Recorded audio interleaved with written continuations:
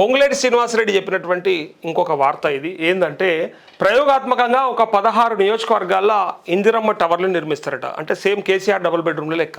KCR double బెడ్రూమ్లు కడితే మరి నాణ్యత లేవు, అవి బాగా కట్టలేదు, మరి అల్లుడస్తేడు ఉంటాడు, అత్తేడు ఉంటుంది, గొర్రేడు ఉంటుంది, బర్రేడు ఉంటుంది అని చెప్పి మళ్ళీ కేసీఆర్ చివరికి డబుల్ బెడ్రూమ్లు కట్టిండి, అవి ఏం బాగలేవు అని చెప్పి మాట్లాడిన వాళ్ళే మళ్ళీ ఇవాళ టవర్లు కడతారట. మరి ఈ టవర్లు ఏంటి ఇప్పుడు అడుగుదాం. ఇక క్యూర్లో ఇందిరమ్మ ఇళ్లకు మళ్ళీ దరఖాస్తు చేసుకోవాల్సిందే. గృహ నిర్మాణ మంత్రి పొంగులేటి స్పష్టీకరణ. ప్రయోగాత్మకంగా 16 నియోజకవర్గాల్లో ఇందిరమ్మ టవర్లు నిర్మిస్తున్నట్టు వెల్లడి. ప్రజలతో ముఖాముఖిలో వినతి పత్రాల స్వీకరణ అంటూ ఇప్పుడు చూడాలి. ఇప్పుడు ఈ టవర్లు ఏంటియో డెఫినెట్గా మనం తెలుసుకోవాలి. క్యూర్ పరిధిలో 16 నియోజకవర్గాల్లో ప్రభుత్వం పైలట్ ప్రాజెక్టుగా ఇందిరమ్మ టవర్స్ నిర్మించినట్టు రెవెన్యూ గృహ నిర్మాణ శాఖల మంత్రి పొంగులేటి శ్రీనివాసరెడ్డి వెల్లడించారు. ఇందిరమ్మ ఇళ్ల కోసం గతంలోనే దరఖాస్తు చేసుకున్న పేదలు ఈ ఇళ్ల కోసం మరోమారు దరఖాస్తు చేసుకోవాల్సిందని ఆయన స్పష్టం చేశారు. మీ సేవ గృహ నిర్మాణ శాఖ వెబ్సైట్, వాట్సాప్ల ద్వారా దరఖాస్తు చేసుకోవచ్చని తెలిపారు. గాంధీ భవన్లో బుధవారం జరిగిన ప్రజలతో ముఖాముఖి కార్యక్రమంలో పాల్గొన్న మంత్రి భూమి, ఇల్లు, ఇతర సమస్యలపైన బాధితుల నుంచి వినతి పత్రాలు స్వీకరించారు.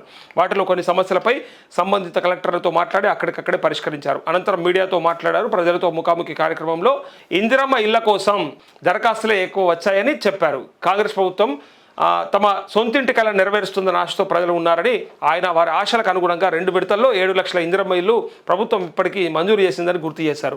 నేను నిన్న కూడా చెప్పిన 5 లక్షల పేరుతోని వారిని 10 లక్షల అప్లపాలు చేసిర్రు, పేదోన్ని ఆగం చేసిర్రు అని చెప్పి గుర్తు చేశారు. 10 ఏళ్ల బీఆర్ఎస్ పాలనలో హైదరాబాద్ నగర పేదలకు వారు ఉన్న చోట కాకుండా నగరానికి 30 నుంచి 40 కిలోమీటర్ల దూరంలో ఇల్లు నిర్మించిందని దుయ్యబట్టారు. జీవనోపాధి దెబ్బతింటుందన్న ఆందోళనతో ఆ ఇళ్లలో అడుగు కూడా పెట్టలేని ఆవేదన వెలుబుచ్చారు. ఈ క్రమంలో పేదవారికి వారు పుట్టి పెరిగిన చోటే నివాసాన్ని కల్పించాలన్న ఆలోచనతో నియోజకవర్గాన్ని ఒక యూనిట్గా తీసుకొని ఇందిరమ్మ టవర్లు నిర్మిస్తున్నామని. టవర్లు ఇట్లా అంటే ఏంటి, మళ్ళీ డబుల్ బెడ్రూమ్లు. మీరేమన్నారు, ఎక్కడైనా సరే ప్రభుత్వం స్థలం అంటే ఉంటే డెఫినెట్గా వాటిలో నిర్మించిస్తుందని చెప్తూ పైగా సొంత జాగా ఉన్న వాళ్ళకి 5 లక్షలు ఇస్తామన్నారు. అది ఓకే. ఇక్కడ ఈ పరిధిలో క్యూర్ పరిధిలో మరి ఎక్కడైనా జాగుంటే చూసి కట్టియచ్చు కదా, అక్కడ ఉన్నటువంటి స్థానాల్లోనే పట్టాలు ఇవ్వచ్చు కదా. ఇప్పుడు ఇక్కడ కంటోన్మెంట్ పరిధిలో ఉన్నటువంటి కొంతమంది పేదలు గుడిసెలు వేసుకొని చిన్న చిన్న రేకుల రూమ్లు కట్టుకొని ఉంటున్నారు కదా, మరి వాళ్ళకి అక్కడే ఇచ్చేస్తే వాళ్ళే కట్టుకుంటారు కదా, అదే జాగాలో కట్టుకుంటారు కదా. అట్లా కాకుండా మళ్ళీ టవర్ అంటే మళ్ళీ గది గాడికి వచ్చాయి. కేసీఆర్ డబుల్ బెడ్రూమ్లు అంటారు, డబుల్ బెడ్రూమ్లు బాగలేవంటారు, నిర్మాణంలో లోపాలు ఉన్నాయంటారు, బేకార్ అంటారు, పనికిరాని అంటారు. మరి ఇలా మీరు కట్టే టవర్లు ఎట్లుంటాయి? ఇదిగో పేదవారికి పుట్టి పెరిగిన చోట నివాసాన్ని కల్పించాలన్న ఆలోచనతో నియోజకవర్గాన్ని ఒక యూనిట్గా తీసుకొని ఇందిరమ్మ టవర్లు నిర్మిస్తున్నామని తెలిపారు.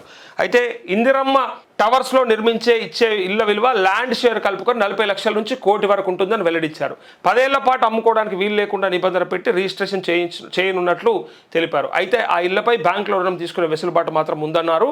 ఇక భూములకు సంబంధించి వచ్చిన దరఖాస్తుల్లో పరిష్కరించదైన అన్నింటికీ పరిష్కారం చూపిస్తామని పొంగులేటి స్పష్టం చేశారు. అయితే వీళ్ళు ఏమంటారు అంటే మళ్ళీ ఇలా ఉచితంగా ఇచ్చేది కాదు, అది ఇందిరమ్మ టవర్స్లో నిర్మించి ఇచ్చే ఇళ్ల విలువ ల్యాండ్ షేర్ కలుపుకొని కింద ఉండే అన్డివైడెడ్ షేర్ ఉంటుంది కదా అపార్ట్మెంట్ది, ఆ షేర్ కలుపుకొని 40 లక్షల నుంచి 1 కోటి రూపాయల వరకు ఉంటుందట.